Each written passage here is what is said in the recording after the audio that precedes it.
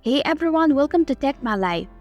In today's video, I'm going to show you how to become a fan of someone in Tango, so let's get started. First, open your Tango application. Make sure you are logging to your Tango account. Now tap on the Explore button. Search for the person that you like to become a fan.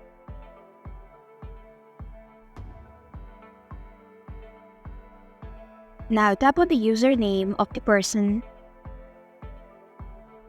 To become fan of someone in Tango, first you need to follow that person.